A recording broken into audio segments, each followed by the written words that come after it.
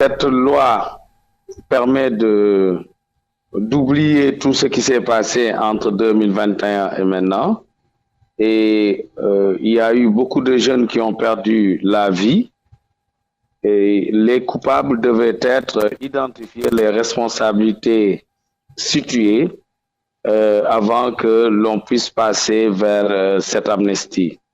N'oublions pas, les parents qui ont perdu ces enfants n'ont pas encore fini de les pleurer.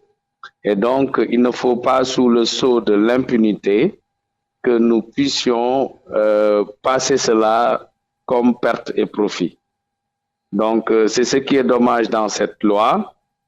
Et l'autre aspect, c'est qu'un régime qui est finissant essaye de protéger tous les siens d'actes commis contre le peuple sénégalais. Et ça aussi, c'est un précédent dangereux. Ça ne s'est jamais passé qu'un chef d'État qui termine se dise que je vais nettoyer derrière moi tous les crimes qui ont été commis. Et ça, franchement, nous pensons que c'est un précédent très dangereux.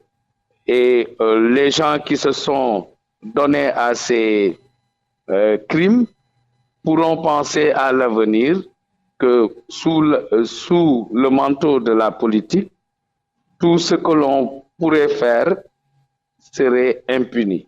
Nous n'avons pas pris une position officielle là-dessus pour l'instant, mais le président Khalifa est toujours constant. Lors du vote de la loi d'amnistie connue sous le nom de la loi Ezzan, il avait clairement mentionné son refus catégorique de voter cette loi. À l'époque, il était député à l'Assemblée nationale. Et nous restons dans cette logique que ce n'est pas une loi qui permet des avancées démocratiques, qui permet la justice sociale, parce que des Sénégalais ont été lésés et on ne peut pas aller mettre tout cela comme perte et profit, surtout que c'est une frange importante de la jeunesse qui a payé le lourd tribut. Il fait tout et son contraire, le président Macky Sall. Ce qui a créé encore plus de troubles dans l'espace politique, ce sont ces dernières décisions de reporter l'élection présidentielle. Donc on ne peut pas dire qu'il est en train de poser des actes pour décrisper l'espace politique. Les personnes qu'il a mis dans les prisons, la plupart étant des prisonniers politiques, il l'a fait dans un passé très récent. Et donc, dans un passé très récent, il n'était pas dans cette logique de décrispation. Ce qu'il faut dire, c'est que le président Macky Sall a été mis dos au mur.